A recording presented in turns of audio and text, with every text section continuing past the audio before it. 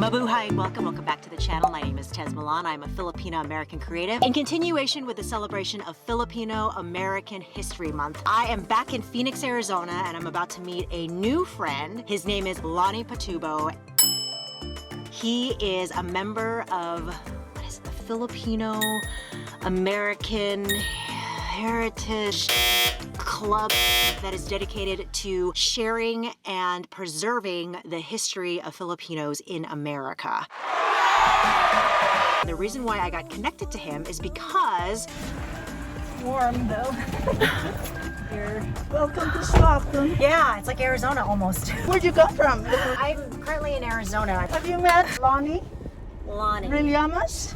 I don't think so. He's a historical society dude. He was born in Stockton and is organizing a Filipino American History group. Yes, He is your right contact. He's not yabang. What does yabang mean? Oh, okay. Turns out, Lonnie already knows my mom. What? Which is not surprising because my mom is...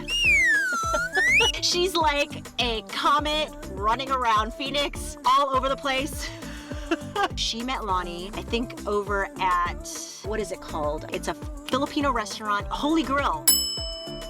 They met at Holy Grill randomly because my mom's like, oh. And actually, no, they met because my mom overheard Lonnie talking about, gosh, I forget the name of his, I forget his name, the leader of the labor movement.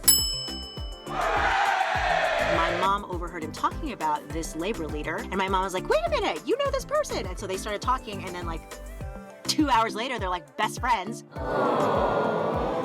Because that's my mother. And probably Lonnie too. So anyways, now I'm gonna finally meet Lonnie. We're gonna head down to Phoenix at a historic home that used to belong to Filipino immigrants that came here and lived in this home. So let's go on down to downtown Phoenix and check this out. Let's go learn some Filipino American history. I really hope that was all filming. Here we go. The place that we are headed to is called... What I read online is that the reason why it's called the Kunsthaus is because Kunst is actually kind of a German sounding name.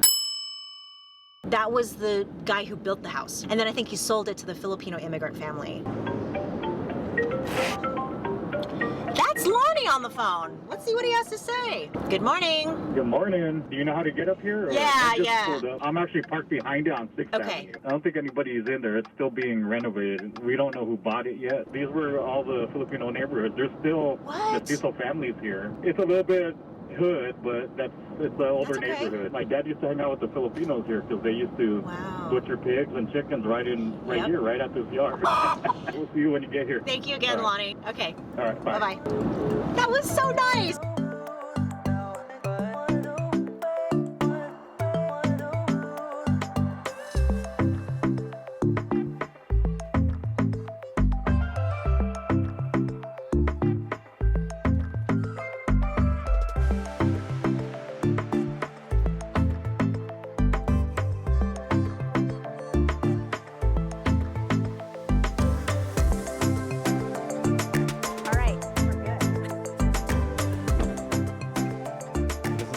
Carbajal House. In the 1940s, one of our earliest Filipino families, the Carbajals, lived here. This was a hangout for a lot of the early old-timer Filipinos here, including my grandfather. They used to raise chickens in the back here, do all their feasts here. So this was just like a family's home and they would just all kind of come together and hang out? Yeah, this neighborhood here, there was several Filipino families. Some of the descendants of these early Filipinos are still here. Yeah. Newer generation mestizo descendants call this the trees. A lot of our early Filipinos, this is where they resided and they worked alongside the mainly Mexican American community here. Somebody just recently purchased this home. Yeah. We want to make a point of pride here. This is one of our earliest Filipino spots. You actually got to see two of my homes. You were in my hometown of Stockton and now you're in Phoenix, Arizona. And as you see, we're close to the I-17 here. Yep. We could go around the front. There's actually a Yeah. plaque in the front of the house. What are the historic records of like the earliest Filipinos that came to Arizona? We located Eugenio Principe, and he lived in this area too. And we got records of him here in 1918.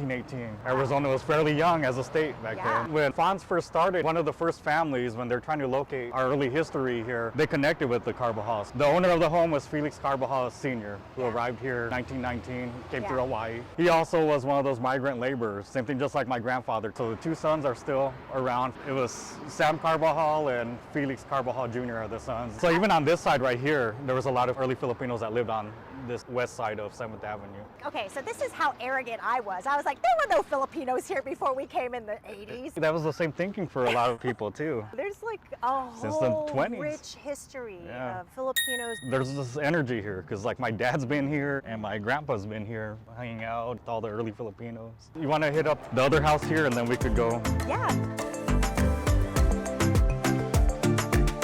All right, this is 602 West Apache. This was one of the first locations of the Caballeros de Dimasalan Fraternal Order.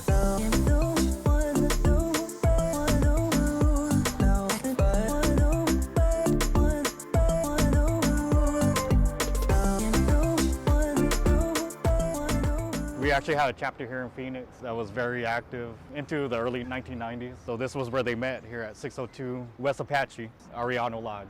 Did you say that there's something that used to be here at the Filibertos? This is the Filibertos that's been there. But you see how close the I-17 is to this neighborhood. Just like in Stockton. Just like in Stockton, the Crosstown Freeway. Because that was what I was thinking. I was like, oh, there was a McDonald's Yeah. where they used to, you know, and then like the freeway. And I'm just like, wait a minute, this is like eerily familiar. Our Filipinos had establishments in Chinatown, which was present-day Arena Footprint Center where the Suns play. There was a Chinatown there, and we had 2 Filipino pool halls. But this is basically kind of like our unofficial Little Manila, because this was filled with old-timer Filipinos. A lot of beautiful mestizo families were born here. Shout out to Arizona Barrio Stories. I found a lot of my research through them. A Chicano history group. It's not just the barrios here in Phoenix, but all over. Yuma, Tucson, they travel all over and document, record. Shout out to them, because all this research is from the help of Arizona Barrio Stories.